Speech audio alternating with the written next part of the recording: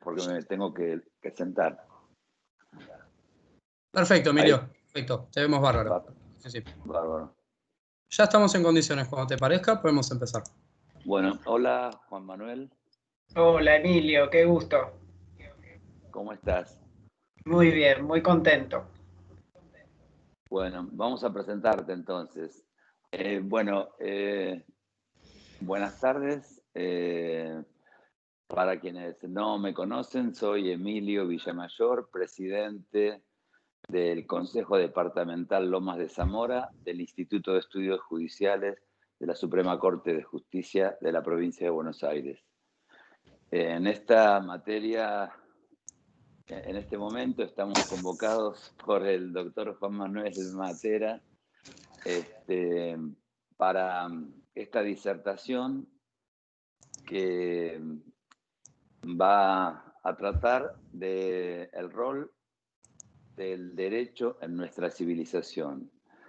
Para quienes no tuvieron la suerte de escuchar a Juan Manuel en otras oportunidades, debo decirles que es secretario de la Cámara Nacional en lo Civil, en una de las salas dedicadas al derecho civil, comercial, empresarial, creo. Además es docente de grado y de posgrado en la Universidad de Buenos Aires y en la Universidad Católica Argentina. Ha coordinado innumerables números de grupos dedicados a la investigación y al estudio de determinadas ramas del derecho. Y además es especialista dentro del arte y la literatura en no el derecho, sino en la mitología griega, de lo cual también ha escrito un libro, y coordina como hobby, y para suerte de quienes lo escuchamos, varios grupos que hablan sobre cine, porque es un gran conocedor del tema y estudioso, por supuesto. Así que los invito a escucharlo y al final vamos a poder hacerle las preguntas que quieran. Y muchas gracias por tu presencia, Juan Manuel. No, muchas gracias, Emilio. Muchísimas gracias. Un honor. Antes de comenzar, unas palabras de agradecimiento. En primer lugar, a los doctores Villamayor y Roberto Conti por el ámbito, por dar la oportunidad de compartir con ustedes este viaje, que va a ser un viaje al pasado, a las primeras civilizaciones, a las civilizaciones tempranas, como las llaman los arqueólogos, y el rol del derecho a medida que la civilización va evolucionando. Pero agradezco también este ámbito, como lo hice hace poco más de un año, cuando en Lomas iniciamos también los cursos sobre mitología y literatura clásica y su relación con el derecho, que era un tema también bastante novedoso en el tipo de programación que solemos tener. Entonces, Lomas abrió la puerta a eso para arrancar, y después fue un curso que fue llevado a distintas provincias, así que esto no vendría a ser más que otra oportunidad que me están dando los doctores Conti y Villamayor para iniciar una nueva serie de cursos que ya tienen que ver con una amalgama entre arqueología, historia y derecho, inspirado un poco en familia de arqueólogos de la que vengo. Entonces, la idea es compartir con ustedes una serie de conceptos sobre cómo fue evolucionando el derecho de acuerdo a los que nos llegan a nosotros por descubrimientos arqueológicos en la historia de la civilización. Entonces, antes que nada, agradecer. Por otro lado, ustedes están viendo un PowerPoint que he confeccionado para compartir con ustedes. La idea al principio de esta charla es llamarla Génesis, fue llamarla Génesis. Después optamos por algo un poquito más obvio, más descriptivo, que es el rol del derecho en la historia de la civilización. Pero en realidad es una amalgama, nuevamente digo, que entre conceptos de arqueología, entre conceptos de derecho y historia.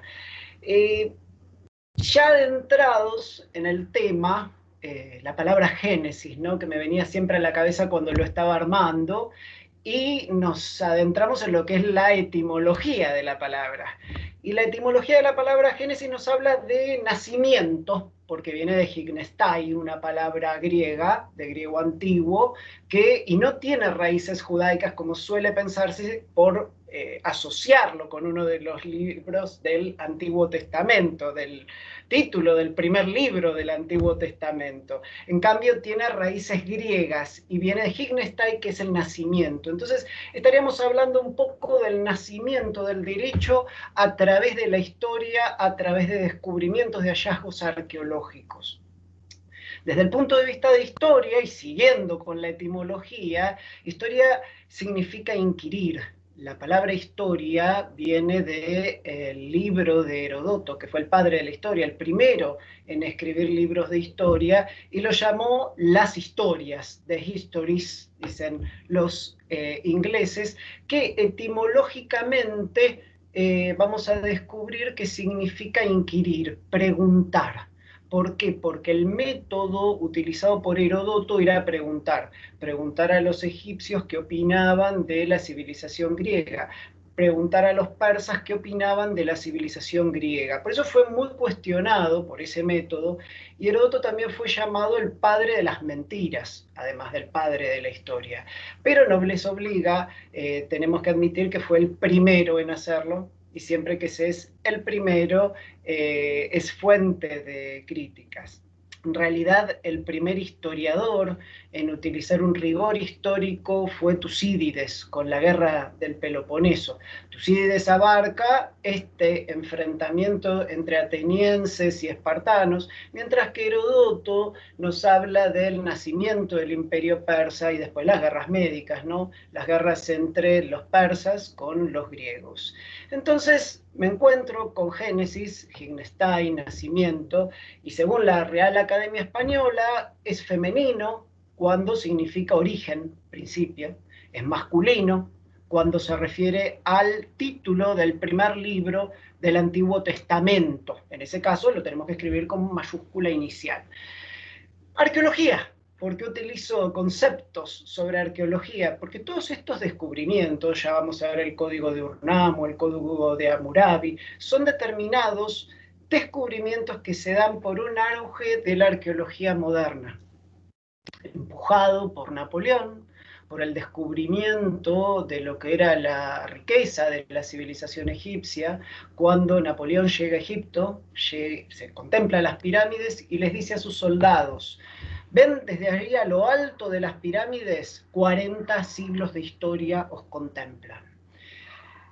Fue tal el impacto de la llegada de Napoleón a Egipto y a la riqueza que él decía que había detrás de esta civilización, que se inicia una serie de carrera entre las potencias de la época en lo que tiene que ver con los hallazgos arqueológicos. Y ya en el siglo XIX vamos a ver una carrera en especial entre Francia e Inglaterra para ver qué país hacía más descubrimientos.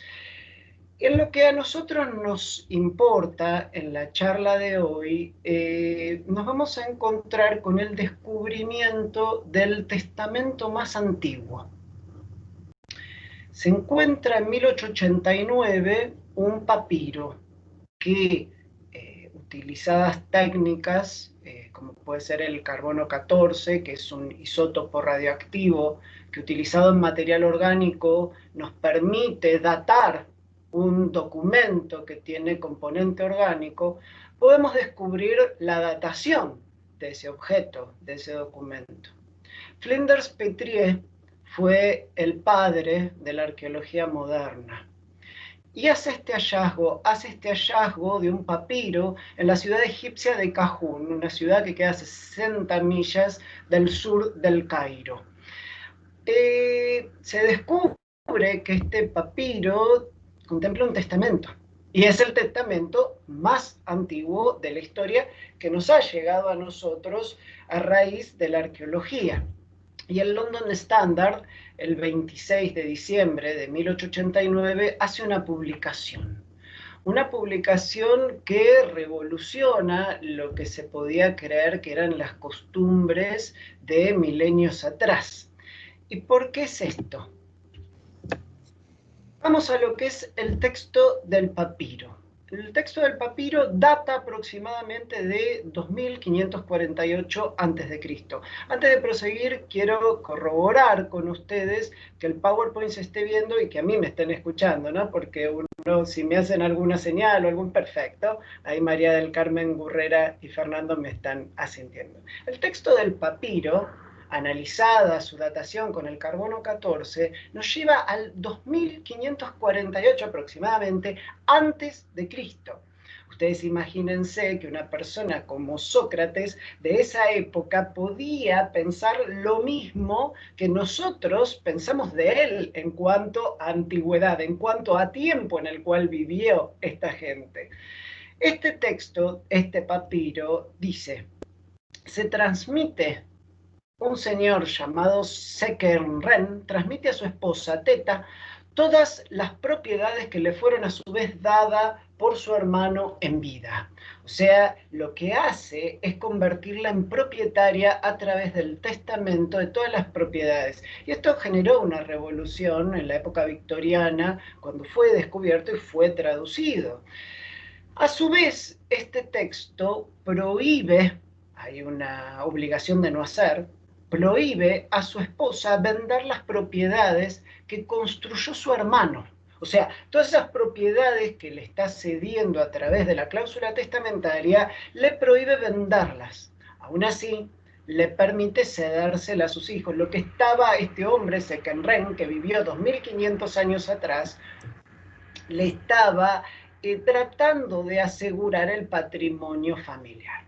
Por otro lado, en lo que tiene que ver con la formalidad del testamento de esa época, menciona dos escribas, dos testigos, podemos decir, para darle validez al testamento. Pero, ¿qué es esa revolución que se generó? Lo que sorprende a los especialistas es cómo se transmitió la propiedad de una mujer, cuando las mujeres en esa época no tenían supuestamente derecho a adquirir ni administrar las propiedades.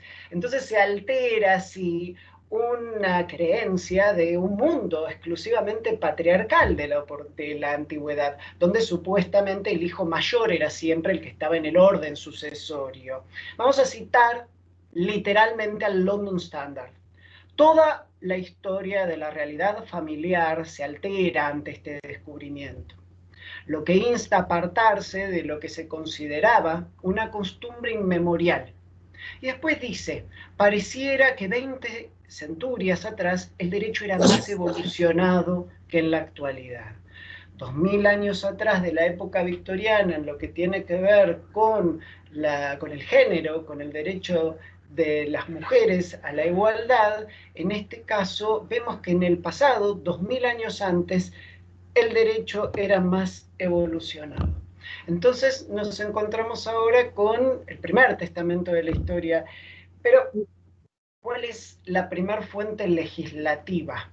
Según los arqueólogos, ¿no? Hasta ahora venimos viendo que los británicos avanzan en esta carrera arqueológica, pero el segundo y el tercer descubrimiento que vamos a ver van a darle la delantera a los franceses. Siempre estamos viendo cómo en el Museo Británico o en el Louvre están los grandes descubrimientos, ¿no?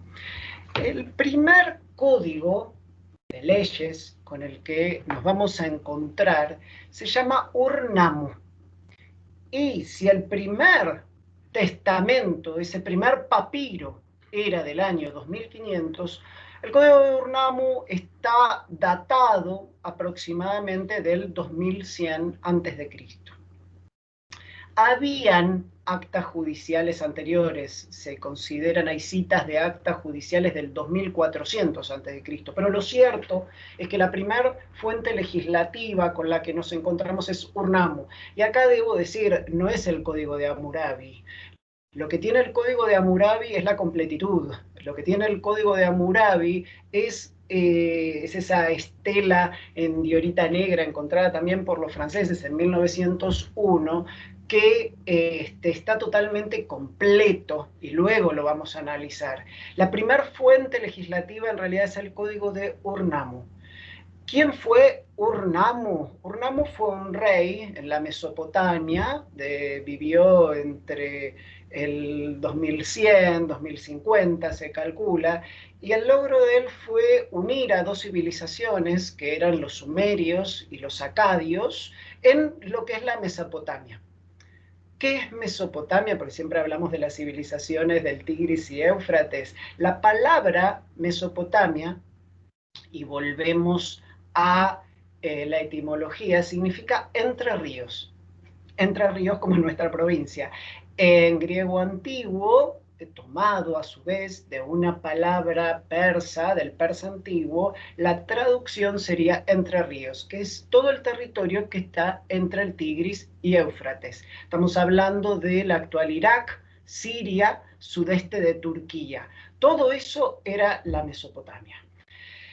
Ur-Nammu une a los sumerios y acadios, y acá nos vamos a encontrar con la necesidad de generar una legislación, un código legal que regule a toda esta civilización. Y tanto el código de Ur-Nammu, el código de Lipi-Ishtar, el código de Hammurabi, son legislaciones de civilizaciones tempranas que van a tener dos elementos en común. El primero de ellos es la legitimación. ¿Quién legitima al legislador?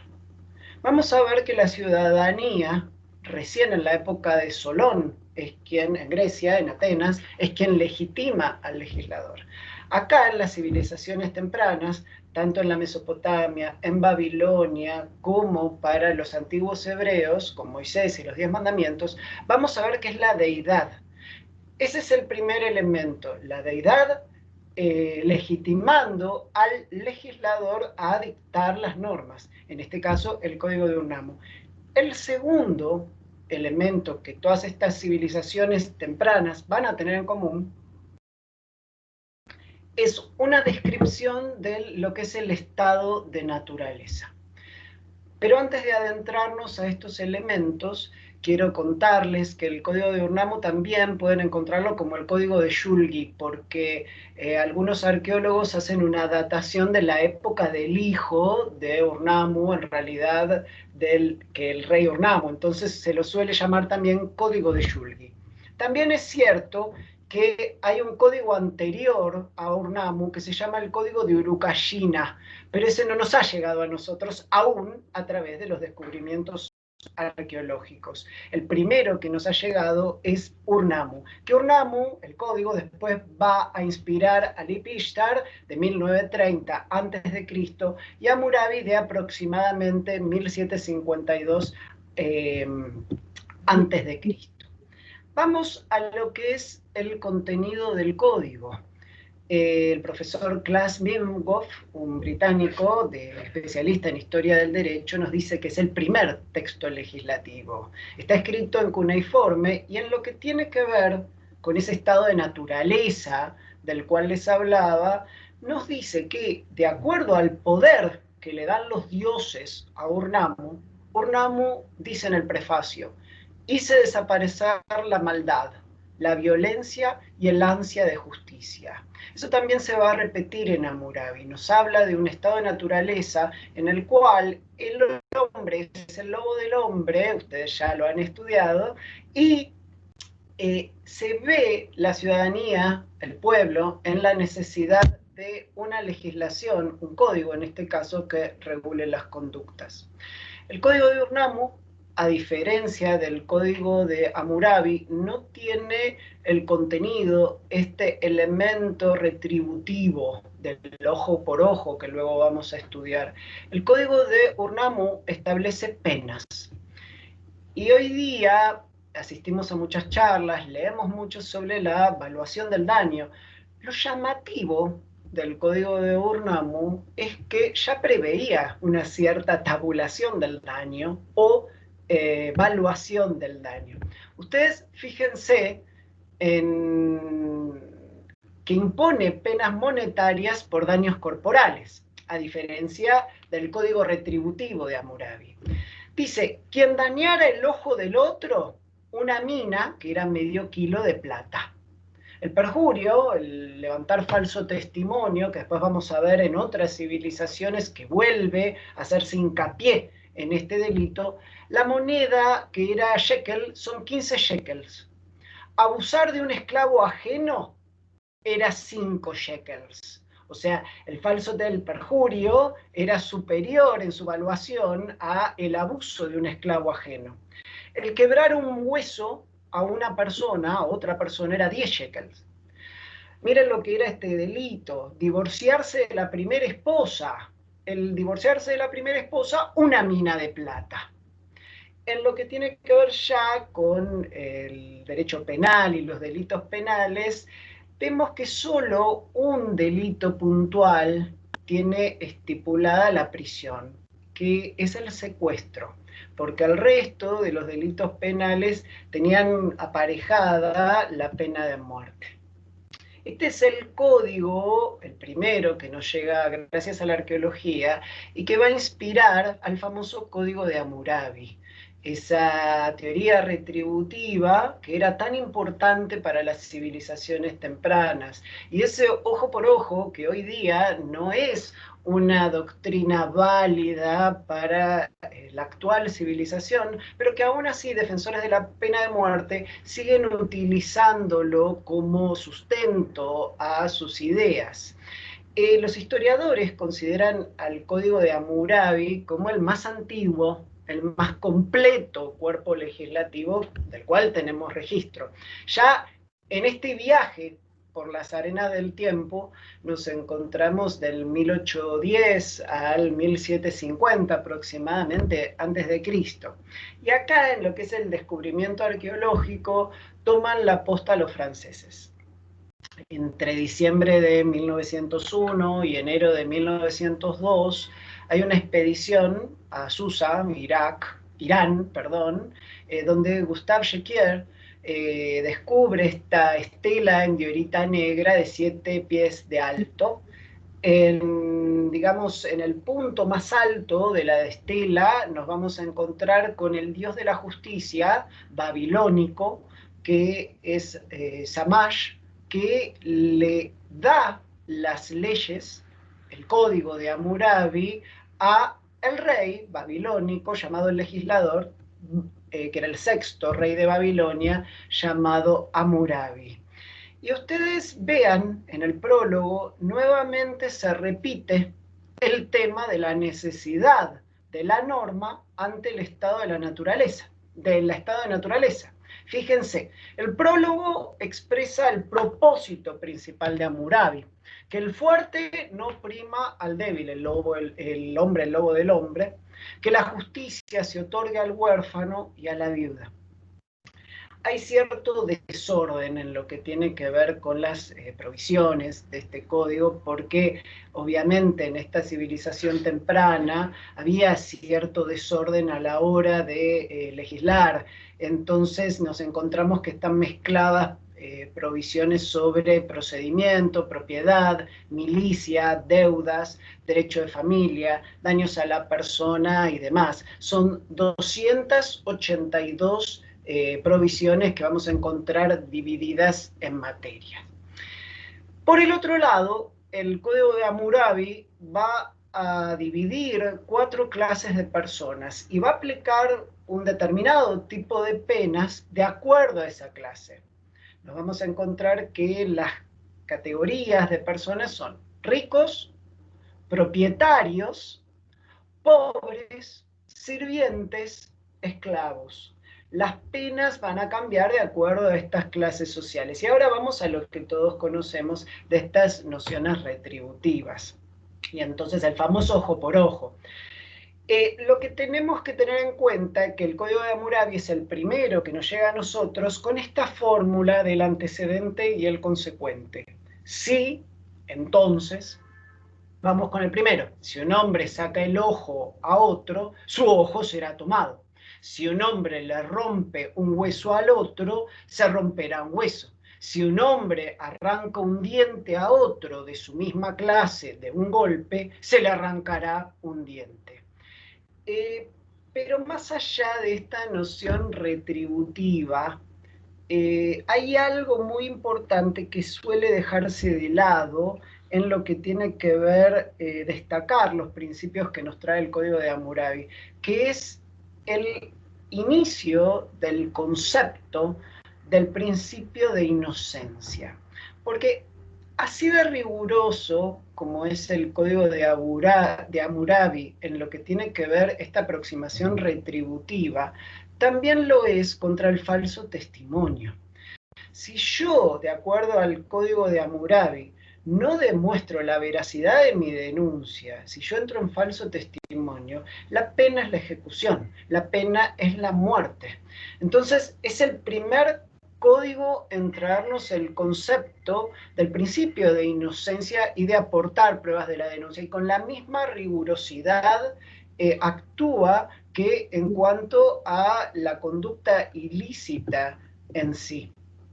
Entonces, en este viaje, en lo que son las arenas del tiempo, ya nos hemos encontrado con el primer testamento, la primer fuente legislativa, el primer código completo, en su completitud, que nos traen las nociones retributivas.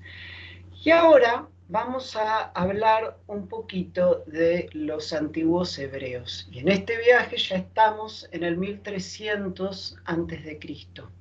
La figura que tenemos acá, ustedes ven, es la que creó Miguel Ángel para San Pedro en Roma. Y nos encontramos con Moisés. Nos encontramos con un Moisés con cuernos. En la iconografía judeocristiana, Moisés muchas veces es representado con cuernos, y hay todo un debate sobre por qué está representado con cuernos. La mayoría de los historiadores y de los arqueólogos coinciden en que hubo una falla en una traducción que hizo San Jerónimo al Antiguo Testamento. San Jerónimo hace una traducción encomendada por el Papa del momento, y él ve la palabra en hebreo antiguo fulgor. Supuestamente en la traducción que él tenía que hacer se encuentra con un texto, una parte en la que dice que Moisés baja del monte Sinaí con la tabla de los 10 mandamientos y baja con la cara resplandeciente, como si tuviera un fulgor en la cara. En hebreo antiguo, la fonética de esa palabra puede llevarnos a confundir, y fulgor, ser resplandeciente, en realidad interpretarse como cuernos, porque la fonética terminaría siendo la misma. Entonces San Jerónimo habría cometido un error en el 400 de nuestra era y traducido cuernos en vez de poner la palabra fulgor. Entonces en la iconografía judeocristiana de Moisés muchas veces nos vamos a encontrar con este Moisés de los cuernos. Pero cuando hablamos de historia, es importante tener en cuenta el principio de relatividad de la historia, porque la historia siempre viene en cuanto a que son traducciones, adaptaciones de textos originales. Durante mucho tiempo, milenios antes del descubrimiento de la imprenta, los textos fueron traducidos por monjes. Entonces muchas veces los textos clásicos con los que contamos quizás no replican la veracidad de lo que fue el texto original. Entonces toda la historia suele estudiarse con un margen de amplitud y de relatividad. Hay un libro que les recomiendo que se llama The Swerve. El punto de inflexión significa, que es ganador del Pulitzer, que nos habla de esto que es la relatividad de la historia. Luego les voy a pasar la cita. Moisés, en lo que tiene que ver con la historia, es un personaje controvertido. Digamos, existió Moisés, está en los textos bíblicos, pero no hay, digamos, documentos históricos que acrediten realmente su existencia. De hecho, les recomiendo un texto de Freud. Freud, cuando escapa de los nazis, escapa de Viena, va a Londres y escribe una tesis llamada Moisés o la religión monoteísta, en la que quizás un tanto controvertido en estas ideas, nos dice que en realidad Moisés no era judío, sino que era un egipcio que promovía las ideas de Akenatón, de una religión monoteísta en Egipto.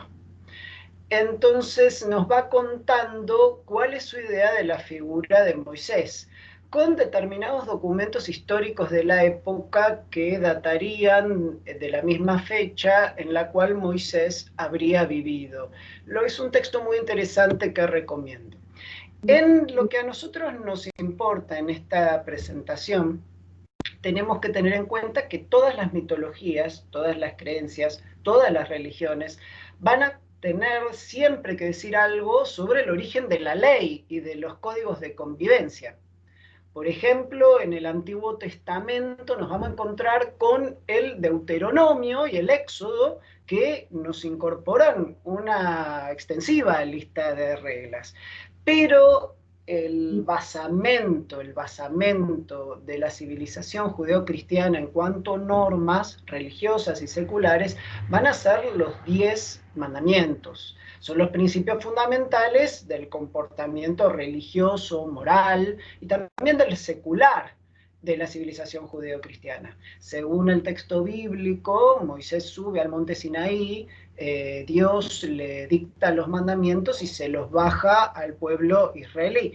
Cuando él baja, se encuentra que los israelíes estaban adorando a una deidad pagana, que era el becerro de oro. Él, con su furia, destruye los 10 mandamientos que Dios le había dictado. Ustedes no son merecedores de estos mandamientos. Sube nuevamente al monte Sinaí a buscar otros. Estamos hablando, en lo que es la datación, aproximadamente del 1300 antes de Cristo. Y los 10 mandamientos tenemos que dividirlos en dos categorías. Por un lado, los puramente religiosos. Por el otro lado, los seculares. Los puramente religiosos, ustedes saben, amar a Dios sobre todas las cosas, no utilizar su santo nombre en vano, santificar las fiestas. Pero vamos a los seculares. Primero, la prohibición del robo, que es el pilar del actual derecho de propiedad. La prohibición de matar. La prohibición del perjurio. Es tan fuerte para la civilización judeocristiana lo que tiene que ver con los 10 mandamientos, que aún en la actualidad, en el año 2005, la Corte Suprema de los Estados Unidos, y con resultados 5-4, tuvo que decidir si era legal que en espacios públicos, en edificios públicos, se desplegaran los 10 mandamientos. Analizando un poco ya el derecho hebreo, tenemos que ver que para los antiguos hebreos el tema sagrado estaba en la sangre. Sobre la sangre residía el soplo vital, y la sangre era vida, y la vida pertenecía al Dios que la otorgó. Vamos al Génesis bíblico, ¿no? Teniendo en cuenta siempre que derramar sangre consistía en un atentado al derecho de Dios. Fíjense, y volviendo a la teoría retributiva, Génesis bíblico, capítulo 9, versículos 5 y subsiguientes. De la mano del hombre, de mano de su propio hermano, demandaré la vida del hombre. Cualquiera que derrame sangre humana, por mano del hombre será derramada su sangre, porque imagen de Dios él hizo al hombre. Y esto influenciado por el axioma de Radamantis. La sangre pide sangre, y esta solo puede derramarla el vengador denominado por la parentela. Acá encontramos un principio que después vamos a ver en muchas civilizaciones, incluida en el medioevo, con los vikingos. Vamos a ver, y las civilizaciones nórdicas, que quien fuera denominado como el vengador por la familia de la víctima iba a ejecutar la pena. Luego, para el sistema judicial hebreo, el homicidio, ese atentado contra el derecho de Dios, se va a penar, según los rabinos, con la decapitación. Y luego encontramos en el capítulo 21, versículo 12 del Éxodo, penas por homicidio, lesiones y aborto. También el secuestro de una persona para venderla como esclava tenía como pena lo que era la estrangulación. Tenemos que tener en cuenta lo siguiente. Históricamente, y ya no en lo que tiene que ver con la interpretación de textos bíblicos, ni siquiera volcarnos a lo que son las leyendas, históricamente los antiguos hebreos eran tribus nómades, se iniciaron como tribus nómades, donde la necesidad de procreación era un elemento fundamental, era esencial la procreación, sobre todo por la persecución constante que sufrían de determinadas civilizaciones hasta el momento. De hecho, en la Biblia, en el Éxodo, nos vamos a encontrar una continua persecución. Entonces, no es de extrañar que se penaran religiosamente conductas que no apuntaran a la procreación. Bueno, en primer lugar, ya no teniendo que ver con la procreación, hemos visto el homicidio, pero otras conductas sexuales que no tenían que ver con la procreación también son penadas en estos textos bíblicos. Vamos a la historia de Onán y la palabra onanismo. Onán rechaza impregnar su simiente y de esta manera procrear. Es condenado por ello. El onanismo, el hecho de desperdiciar la simiente en lo que podría ser un acto reproductivo. Por el otro lado, las historias de Sodoma y Gomorra y la condenación religiosa a las relaciones entre el mismo sexo.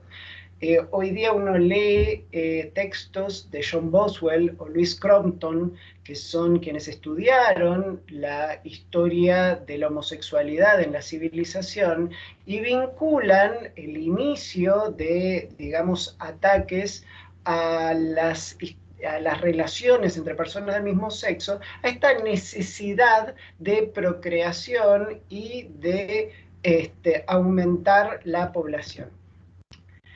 A mí me encontré por las redes un meme que me pareció muy gracioso, y viene al caso, que es que técnicamente Moisés fue la primera persona en tener una tablet, la tableta, con la que subió a la nube y descargó información en la nube. Me pareció gracioso traerlo para nuestra presentación. Hasta acá si me hacen un símbolo, un gesto de que me están escuchando y que está todo bien, seguimos. ¿Con qué vamos a seguir? Vamos a seguir en este viaje en el tiempo, en escapar un poquito de las presiones y la ansiedad de la vida moderna, siguiendo viajando y entrando al primer tratado de la historia, el primer tratado internacional de la historia.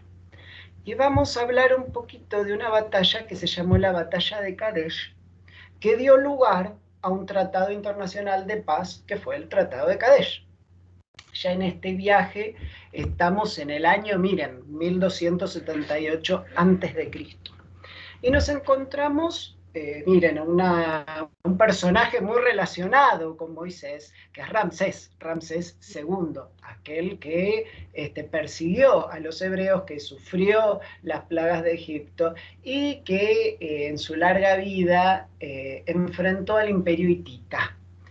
Los egipcios y los hititas eran realmente civilizaciones muy poderosas y estaban en continuo enfrentamiento. Durante años estuvieron en enfrentamiento, invadiendo unos territorios de otros, y todas esas batallas, enfrentamientos, llegaron a su clímax máximo en la llamada Batalla de Kadesh. ¿Por qué se llama Batalla de Kadesh? Porque fue en Kadesh. Los enfrentamientos siguieron. De hecho, Ramsés no queda bien parado en la batalla de Kadesh. Y luego, él pierde muchos soldados. Y luego, digamos que fue tablas, ¿sí? Fue como una suerte de empate técnico. Cuando Ramsés vuelve a Egipto, él quería mostrarse a él como un gran triunfador en lo que era esta batalla. Y según los arqueólogos se inicia lo que es la primera política mediática de la historia, que es poner en todos los monumentos, inscripciones, mostrando a Ramsés como un gran triunfador en la batalla de Kadesh. Y no fue tan así. Fue una suerte de engaño al pueblo egipcio, porque realmente no había sido un gran triunfo la batalla de Kadesh. Luego de eso siguen enfrentamientos, siguen negociaciones, y 15 años después del tratado de la batalla de Kadesh se dicta el Tratado de Kadesh. Es consecuencia de enfrentamientos entre Ramsés II y el rey hitita Hattusi III. De hecho, la capital del imperio hitita es la actual Anatolia, Turquía. Se llamaba Hattusa. El emperador de los hititas se llamaba Hattusi. Fue celebrado este acuerdo 15 años después de la batalla de Kadesh, aproximadamente en el 1259. Se lo considera el primer tratado de paz, el primer tratado de Medio Oriente. Si bien había acuerdos comerciales anteriores en distintas potencias, lo cierto es que a nivel impacto internacional, este es el primero de importancia que la arqueología nos ha traído. De hecho, es tan fuerte lo que generó el Tratado de Kadesh que hoy día está en la sede de la ONU en Nueva York, adorna el Tratado de Kadesh y el texto del Tratado de Kadesh las paredes de la sede de Nueva York de las Naciones Unidas como el primer movimiento para la paz perpetua. Vamos a analizar las cláusulas de este tratado. En primer lugar, de este primer tratado de la historia. En primer lugar, es indefinido. Ustedes vean cómo los dos reyes, tanto de Egipto como del imperio hitita, no ponen un plazo, obviamente, de vencimiento. Y dicen, desde la eternidad el Dios no permita, por causa de un tratado eterno, que la enemistad exista entre ellos. Entonces es indefinido. En segundo lugar, asegura fronteras que había de facto. Asegurar las fronteras en el Tratado de Kadesh a Ramsés le significó renunciar a territorios, no hacía Hattusi. O sea, el que sale un poco perdiendo con este tratado en realidad fue Egipto, porque Ramsés renuncia a Kadesh, a Murru, al valle del Eleuteros. En cambio, Hattusi se compromete a no invadir ningún tipo de territorio egipcio.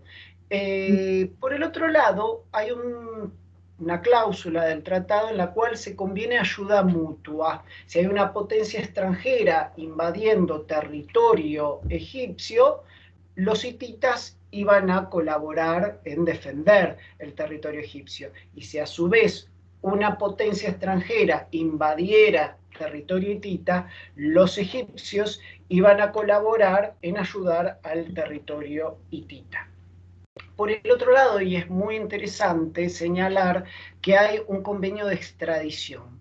La primera vez que se establece mundialmente un convenio de extradición. Si hay un ciudadano del país hitita que huye luego de cometer un delito a territorio egipcio, Egipto tenía la obligación de extraditar al imperio hitita, a Hattusa, a ese ciudadano que delinquió y escapó de Egipto, y viceversa. Por el otro lado, al final del tratado hay una serie de maldiciones invocando a los dioses, que son penalidades para el caso del incumplimiento. En la siguiente filmina lo que se van a encontrar es la publicidad de este tratado, ¿no? Y acá quien haya viajado a Egipto y quien haya ido a Karnak se pudo haber encontrado con el tratado de Kadesh inscripto en las paredes del templo de Karnak, que hacían a lo que era la publicidad y a la oponibilidad de esta norma. Entonces, En todo este viaje hemos visto el primer testamento, la primer fuente legislativa, el primer código en su completitud, los 10 mandamientos como basamento de la legislación judeocristiana, de la civilización judeocristiana. Hemos visto el primer tratado internacional. Ahora, los historiadores consideran que la primera vez que hubo un juicio y un tribunal con cierto margen de independencia se dio en el reinado de Ramsés III. El tratado internacional fue con Ramsés II. En cambio, con Ramsés III nos encontramos con la primera vez que se constituye un tribunal con cierto grado de independencia. A ver, no era la total independencia porque este tribunal dependía del faraón. Pero lo cierto es que el faraón, por ciertas particularidades del caso, no quería verse envuelto en lo que era la investigación. Entonces crea un órgano judicial, un tribunal, compuesto, miren el número, les va a sonar mucho, 12 jueces, 12 miembros de ese tribunal, que iban a investigar, iban a juzgar e iban a ejecutar la pena. Esta historia está plasmada en un documento arqueológico llamado el Papiro de Turín. Pero cuando uno habla del Papiro de Turín tiene que tener cuidado, ahora vemos por qué. Tiene que tener cuidado porque puede tener 3 acepciones dentro del mundo de la arqueología.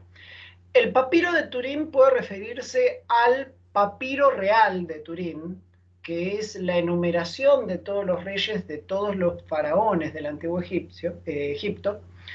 En segundo lugar, el papiro de Turín puede ser el papiro erótico de Turín, que el papiro erótico de Turín fue la primera revista texto erótico de la historia.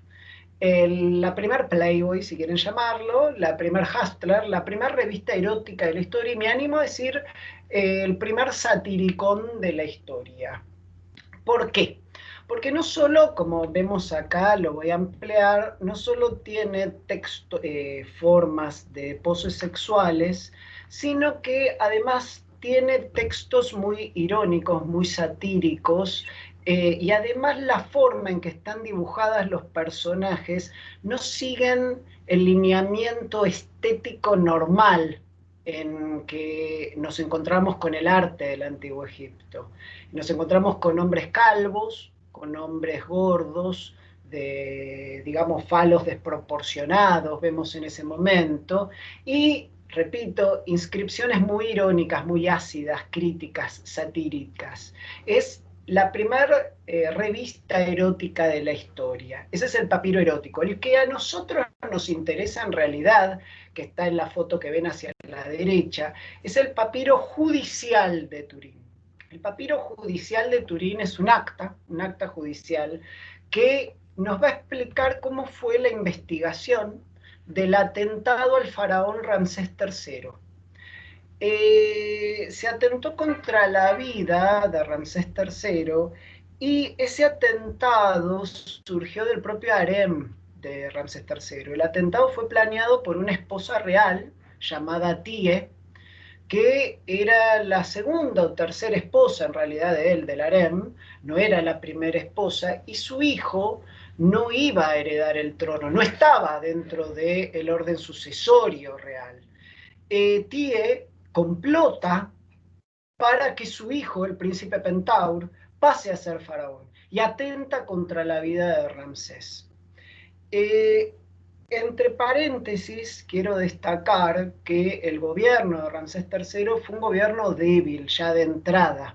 Su consejo real estaba integrado por gente de distintos países, había mucha influencia de potencias extranjeras, y de hecho a él le sucede durante su gobierno algo que fue un golpe muy fuerte, que fue la primera huelga de la historia. Acá los jueces laboralistas lo van a escuchar con atención, porque la primera vez que hay un reclamo laboral, la primera vez que se realizó una huelga, fue en este contexto. fue una huelga contra el faraón Ramsés III, por condiciones de trabajo, porque no les daban los materiales necesarios para construir y porque no se les pagaba, se procede a la huelga. Y esto fue un golpe enorme para lo que era la autoridad de un faraón. En este gobierno débil de Ramsés III surge el tema del complot. El complot por parte de una esposa real del mismo harem que quería poner a su hijo como faraón. El complot es descubierto, la verdad sale a la luz y se crea este tribunal de 12 jueces. Uno de ellos era representante de la Casa Blanca. La Casa Blanca en esa época era la Casa del Tesoro. Y los otros 11, eran jueces designados por el gobierno de Ramsés III para que investiguen y ejecuten la pena. Todos los acusados son condenados a la decapitación, salvo el príncipe Pentaur. El príncipe Pentaur, por quien se había hecho todo este complot, recibe el beneficio de que se pudiera suicidar. Entonces toma un veneno, se suicida y se le permite la momificación.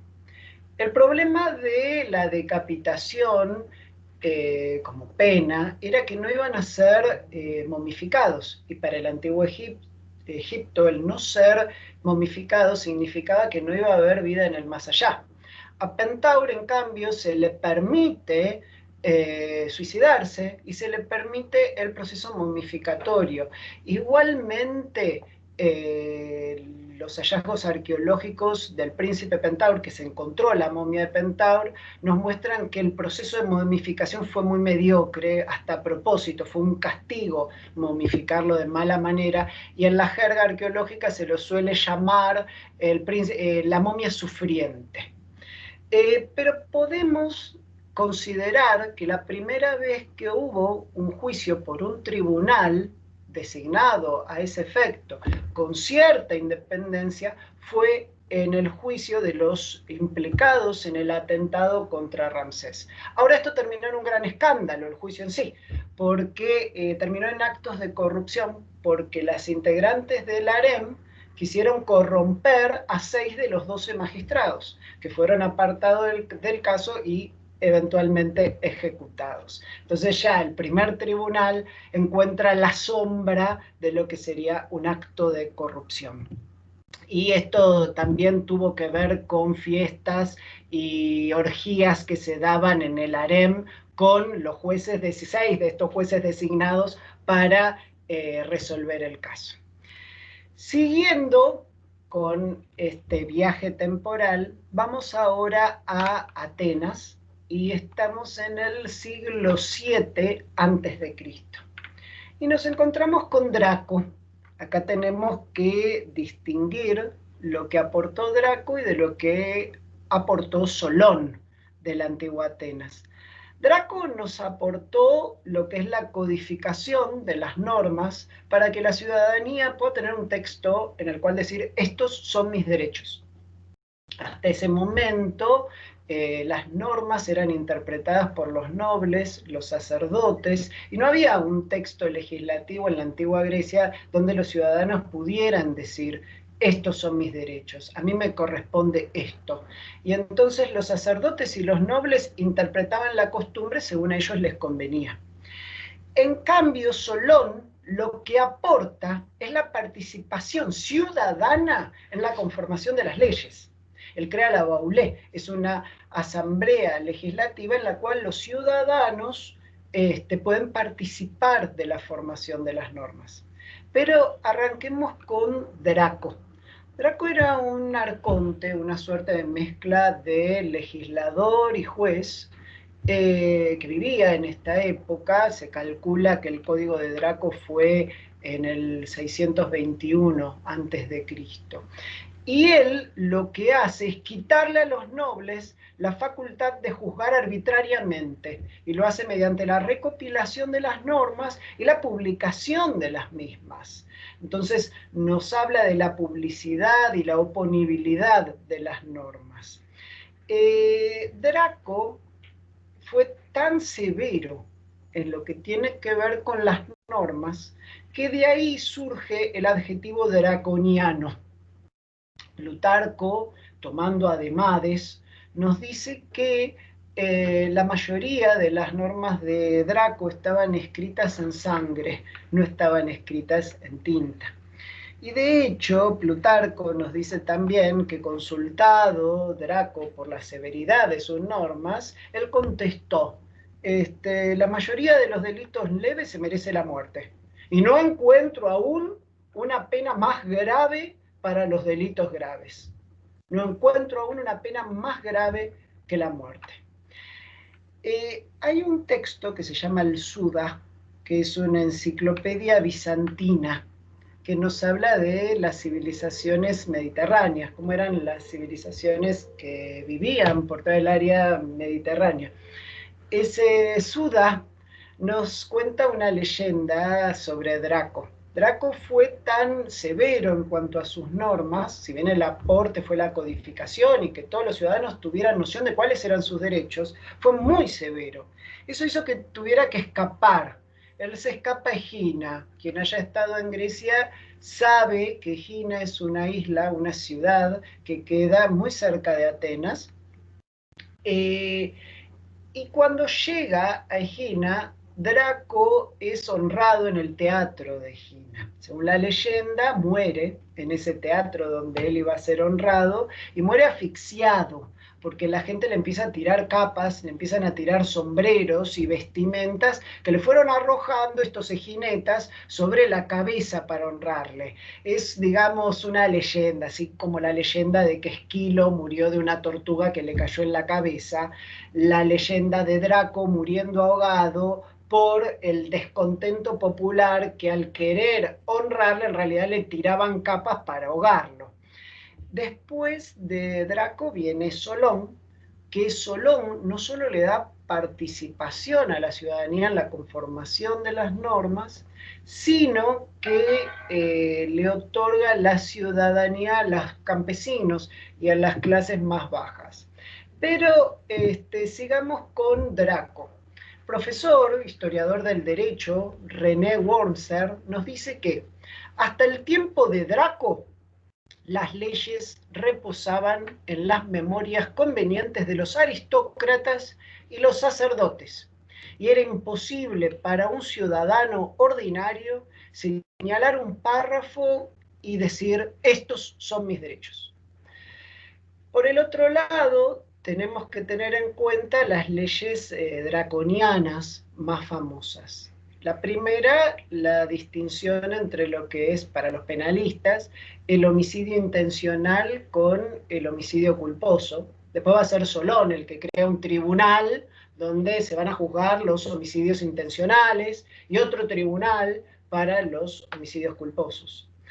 Por el otro lado, se otorga el derecho a escoger el exilio para crímenes menores en lugar de la venganza personal. Esto va evolucionando y nos vamos a encontrar con el juicio a Sócrates, que si les interesa seguir con estas charlas, vamos a analizar en otro encuentro, donde a Sócrates se le da la posibilidad de, a la hora de replicar las acusaciones, el tema del exilio, la posibilidad de exiliarse. Y él dice que no, yo no me voy a ir a la polis, porque irme de la polis implicaría entrar en un estado de salvajismo, un estado de naturaleza. Pero Draco nos dice que podemos otorgar el exilio para no sufrir la pena de la venganza. Luego de Draco y de las leyes de Draco, 30 años después, vuelve el peligro de una guerra civil en Atenas, guerra civil entre nobles y comunes. Y acá ya estamos en Solón con el 594 aproximadamente antes de Cristo. Solón era un estadista que era la persona ideal para reconciliar a la aristocracia y a los comunes, a los campesinos, comerciantes y plebeyos. Ante este riesgo de una guerra civil en Atenas, se acude a Solón. ¿Por qué? Porque conformaba a las dos facciones, a los nobles y a los comunes. Y miren lo que nos dice Plutarco.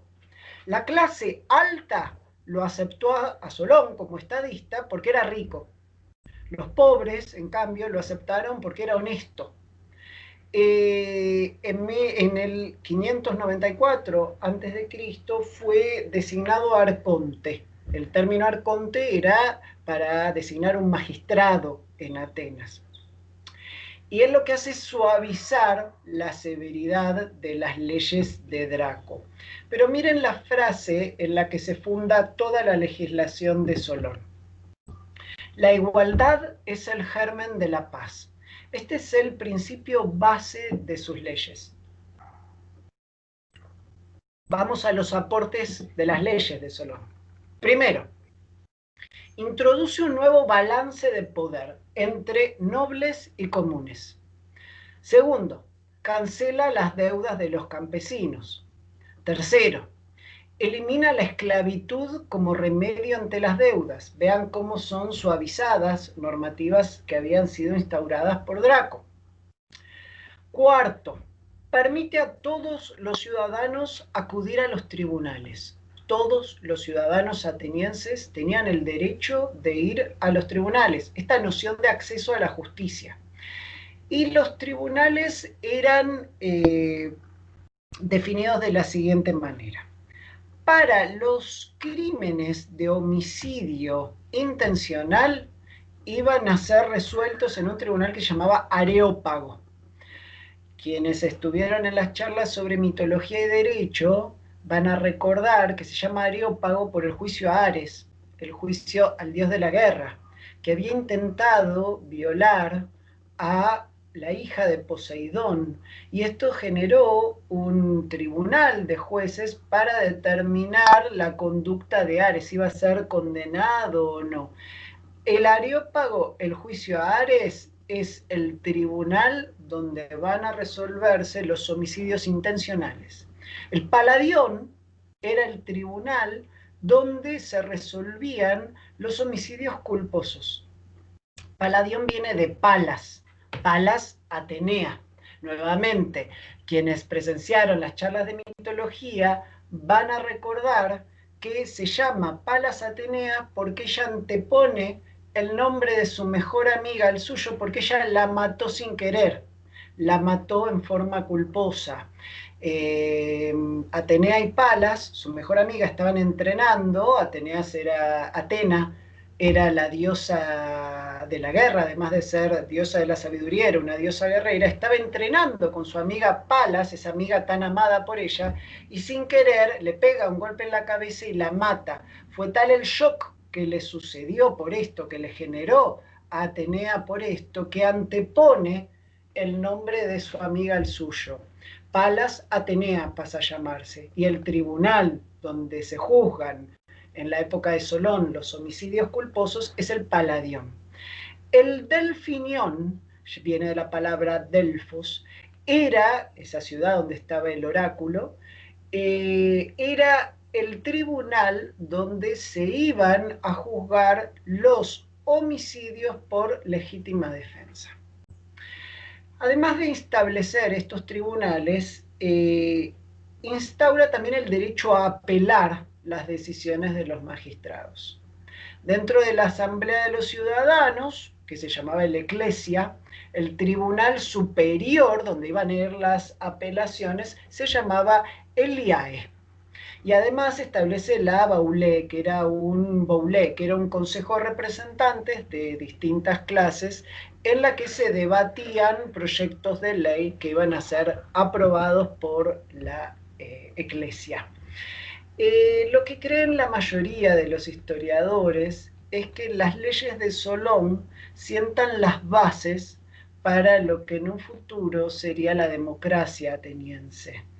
Todavía no nos encontramos en la etapa de la democracia, todavía hay reyes en la Atenas de esa época, pero primero Draco y después Solón sientan estas bases para lo que después va a ser un gobierno democrático. En lo que tiene que ver con la publicidad, habían unas tablillas de madera giratorias que se llamaban axones y que muchas veces estaban enceradas y se dejaba secar esa cera para después escribir sobre ella.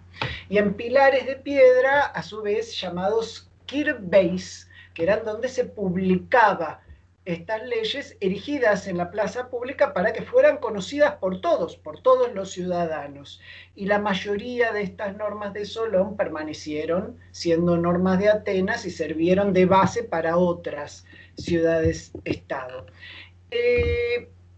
En lo que tiene que ver con la evolución, y ya finalizando para no abusar de este tiempo, sigue evolucionando la legislación hacia un código que se llamó el Código de Gortina. ¿Por qué nos importa el Código de Gortina? Por la incorporación de instituciones del derecho de familia. Y acá los jueces y funcionarios de familia lo van a ver con interés. Gortina era una ciudad en Creta, en Heraclión, donde había un tribunal de forma circular, donde iban los casos civiles de familia. Lo interesante de este tribunal es que las leyes estaban publicadas en las paredes. Acá en la filmina que les muestro, vamos a ver las leyes transcriptas en las paredes del tribunal. Este edificio tenía 12 columnas y le daba una forma circular al tribunal.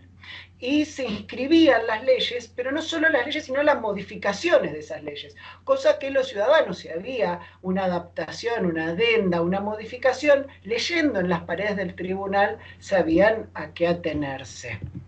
En el Código de Gortina vamos a ver algunas innovaciones en lo que tiene que ver con el derecho de familia. Derechos de propiedad del matrimonio, derechos de la esposa divorciada, liquidación del patrimonio conyugal, de la sociedad conyugal, derechos de los hijos de matrimonios ensamblados, adopción, regulada la adopción, la herencia a través de la sucesión, las consecuencias del adulterio, propiedad de los esclavos y matrimonios entre esclavos, y matrimonio y patrimonio de una mujer heredera cuyo padre habría fallecido. Estas son las incorporaciones, los avances que nos da el Código de Gortina. Yo con esto quiero ir cerrando todos estos elementos que nos trajo la arqueología y la historia.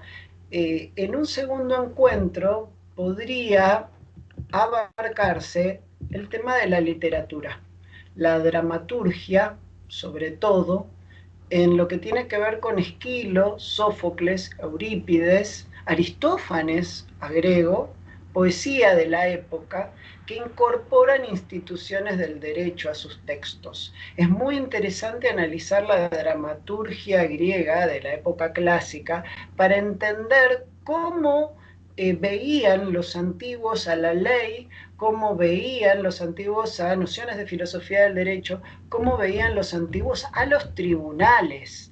Hay una obra de Aristófanes muy graciosa que se llama Las avispas, que de hecho, dada la cantidad de litigiosidad de los tribunales, se considera que era una peste el problema de la litigiosidad, y se llama Las avispas porque el coro de la obra es un jurado vestido como avispas atacando al acusado.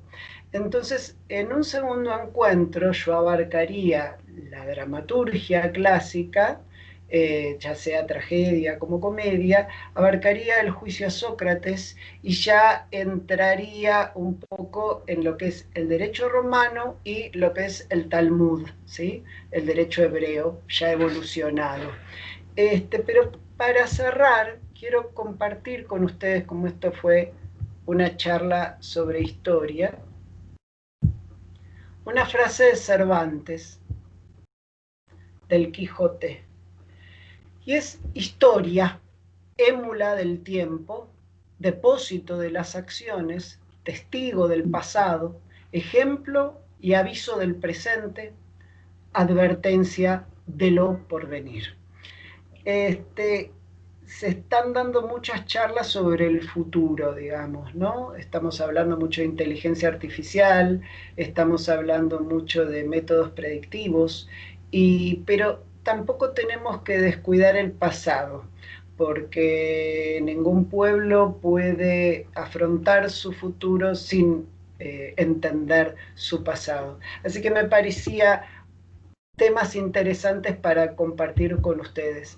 Nuevamente agradezco el espacio y si les interesa podemos encontrarnos en alguna otra charla entre todos juntos. Así que muchísimas gracias.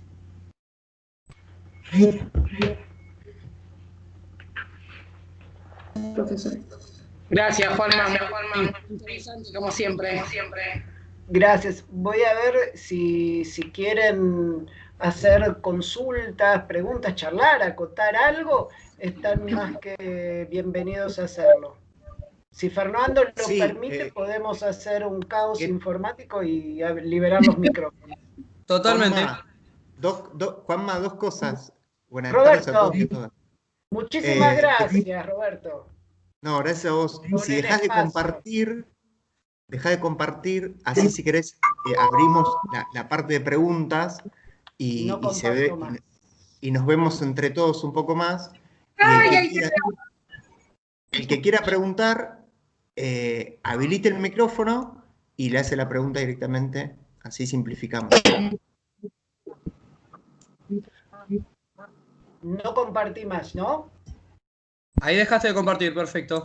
En el chat no veo preguntas, veo muchos agradecimientos, pero no veo preguntas. Sí, acá levantó la mano Ivana, Sandra Fragomeni y Luciano Ramírez. En ese orden, si quieren ir habilitándose sus micrófonos y haciendo las preguntas.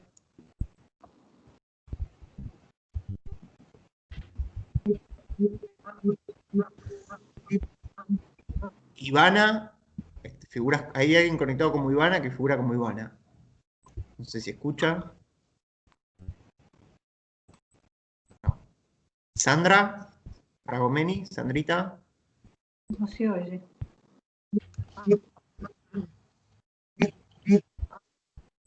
Me están preguntando por el material, se los puedo enviar, puedo preparar como una edición, prolijarlo un poco y enviarlo para que ustedes puedan acceder a él, por supuesto. No es, digamos, no tiene citas el material, pero sí tiene datos y si necesitan citas puntuales, yo después puedo ampliarlas, que son los textos. A ver, yo para esta charla acudí a textos clásicos que están a disposición de todos, textos de arqueología, sobre todo en mi familia tengo arqueólogos que me han facilitado textos para estudiar estos temas y son cuestiones que uno, si le interesa, fue estudiando durante muchos años y igual son pequeños datos de temas que a mí me parecieron relevantes para compartir. Esto se puede ahondar muchísimo, muchísimo más. En realidad mi formación, además dentro del derecho, viene dentro del teatro. Entonces, dentro del teatro es como pienso abordar la segunda parte y después volvemos al derecho con Sócrates.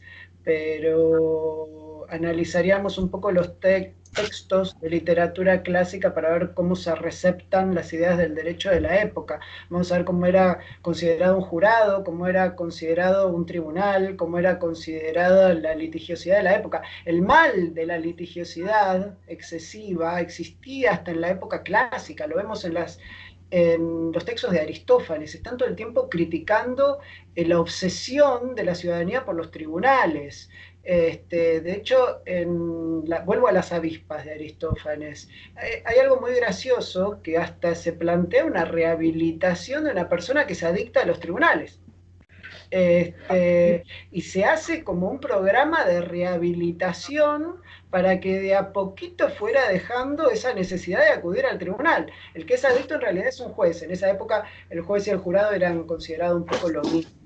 Entonces esta persona estaba totalmente obsesionada con ir a los tribunales y jugar todo el tiempo, y el hijo lo encierra para que no vaya al tribunal, porque se la pasaba todo el día en el tribunal y ordenando las conductas de todo el mundo.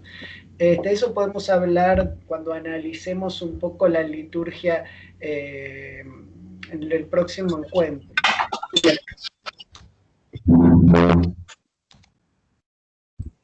Yo te preguntaba sobre el material bibliográfico porque es interesante saber de dónde sacas todos estos temas. Sí, cómo no. Yo puedo preparar un listado de obras para que puedan, primero de los clásicos, mucho de lo que es Heródoto, Plutarco, la literatura clásica, esa es la base. Por el otro lado, del Blackstone, el diccionario jurídico. Hay mucho material histórico en el Blackstone. Y después de muchas enciclopedias que hacen a lo que es la historia del derecho, y después obras de arqueología, revistas de arqueología, que eso fue material que se me fue acercando. Pues, preguntan sobre el origen del sindicalismo.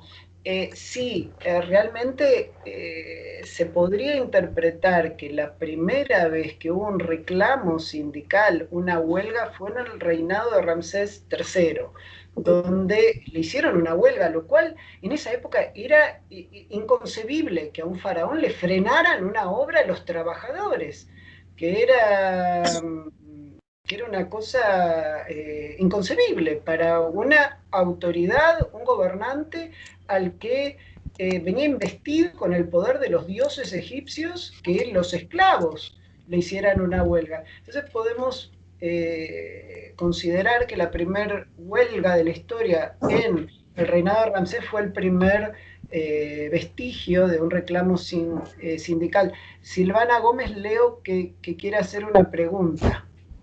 Sí, ¿cómo le va, doctor? ¿Cómo anda? Un placer verlo de nuevo. ¿Usted me escucha? ¿Noto un acento mendocino? Sí, obvio. Hola, Silvana, Mendoza, ¿cómo va? maestría, un cuyo. Un Yo que lo gustazo. sigo. Un gustazo, Silvana. Igualmente. Doctor, le hago una consulta. Usted recuerda, no sé si recuerda, pero a mí me interesaría saber mucho la historia de la oralidad en los procesos en la época de los romanos y en qué momento de la historia del derecho se pasó al juez de despacho. O sea, dejó de tener oralidad el proceso en algunos ámbitos, y ahora que está de nuevo la oralidad institucionalizada, ¿no? Por lo menos en la parte civil. O sea, ¿en qué momento pasamos de la oralidad al papel, digamos? Al papel, porque tengo entendido, o sea, usted dígame, o no sé, tengo entendido que en su momento, al principio, por lo menos en el derecho romano, en los juicios en Roma, eran orales, todos orales. Bueno, no tanto, porque si vamos a Roma, tenemos, y en Grecia también, tenemos los antecedentes de los alegatos, digamos, en Grecia antigua, en la Grecia clásica, de Lisias, y que era el gran abogado de la época. En la Roma antigua, todos sabemos que era Cicerón. Quienes estudiamos derecho, el mejor abogado de la antigüedad era Cicerón, y se conservan los alegatos presentados. No se conservan copias de las sentencias, pero sí de los alegatos. De hecho, los abogados en la época clásica no eran llamados abogados, eran llamados logógrafos. ¿Por qué logógrafos? Porque redactaban argumentos. Logo en griego antiguo, logoi, significa argumentos. Y entonces se escribían los argumentos, estos logógrafos que eran contratados a tal fin. Están publicadas, recopiladas, las pueden encontrar en internet, todos los alegatos, tanto de Lisias como Arquelao, que era otro de los abogados logógrafos, se llamaban en esa época, de la Grecia clásica, como los de Cicerón para la antigua Roma. Son piezas jurídicas, son realmente un ejercicio de argumentación maravilloso. Entonces, pero a su vez eran presentados ante el tribunal oralmente. Entonces, digamos, habrá sido un proceso paulatino, pero por escrito nos encontramos con las constancias de los logógrafos. Por oral, las presentaciones ante el tribunal y la resolución ante el tribunal. Y después habrá sido paulatino ante el incremento En el imperio de la comienza la parte ciudadanía. escrita. En el imperio comienza la parte escrita. Se abandona la oralidad y comienza en el imperio. Perfecto. A medida que va subiendo la civilización, incrementándose, se va viendo la necesidad de la escritura en el proceso. ¿Puedo hacer una pregunta, Juanma? Buenas tardes. Sí, Vivian. ¿Cómo estás? Quería preguntarte si ya se estaba gestando o existía el principio de independencia de los jueces. Sí, eso lo estoy preparando para una segunda o una tercera jornada, bueno. pero sí, estaría spoileando un poco. No, perdón, no sabía. Perdón. No, está muy bien, pero sí es más avanzado, estamos hablando de cientos años después. Bueno, gracias. Pero es muy buena pregunta. Gracias, Juanma. No, por favor, Bueno, son temas esperamos verte de vuelta, inabarcables. la verdad que es muy interesante todo lo que has dicho y has contado. Muchísimas gracias. Nos has entretenido, por lo menos de mi parte, nos has entretenido un buen rato. Muchísimas gracias por participar. Gracias a todos. Realmente gracias por el ámbito, gracias por en estas épocas de presión e intensidad para adaptarnos a lo que es el teletrabajo, haberse tomado el tiempo para viajar un poco en el tiempo y recrearnos con algunas otras cosas, ¿no? Así que realmente les agradezco mucho el espacio y obvio que ofrezco nuevos encuentros. Podemos abarcar en el siguiente encuentro hasta el inicio de la propiedad intelectual, por ejemplo, y después del inicio de la propiedad intelectual, que adelanto que fue a través de una pelea entre dos curas, que se estuvieron peleando por la traducción de una Biblia. Después la vamos a charlar esa anécdota, pero que después uno de ellos fue santificado. Pero podemos ir abarcando muchas cosas hasta poder llegar hasta el juicio de Juana de Arco. O sea, hay mucho para hablar. En realidad, el primer vestigio de una propiedad intelectual se da en la antigua Grecia en un poema de un autor que se llamaba Teognis de Megara, que fue el primero en dejar asentado: esta obra es mía. O sea, no es obra por encargo, como hacía, por ejemplo, Píndaro. Los antiguos poetas eran obras por encargo.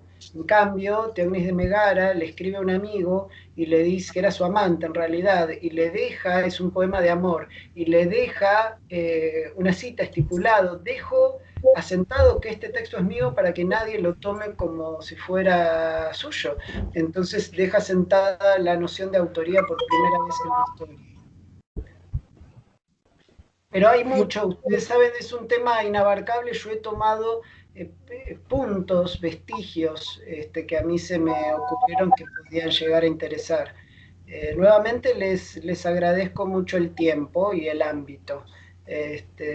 Y bueno, en lo que es material bibliográfico, como verán, me pondré a buscar y les haré algún listado de obras, pero hay mucho que es de publicación ya, dominio público, gratuita, y que pueden acceder por internet. Sobre todo lo que vamos a ir viendo en el encuentro que viene. Nuevamente les agradezco. Juan Manuel. No, te agradecemos a vos, Juan Manuel. Juan Manuel, muchos saludos y excelente la exposición. Carlos, muchas gracias por estar. Me gustó mucho. Muchísimas gracias, Carlos, por estar. Muchísimas gracias. Gracias, Juan Manuel. Nada. Gracias a todos.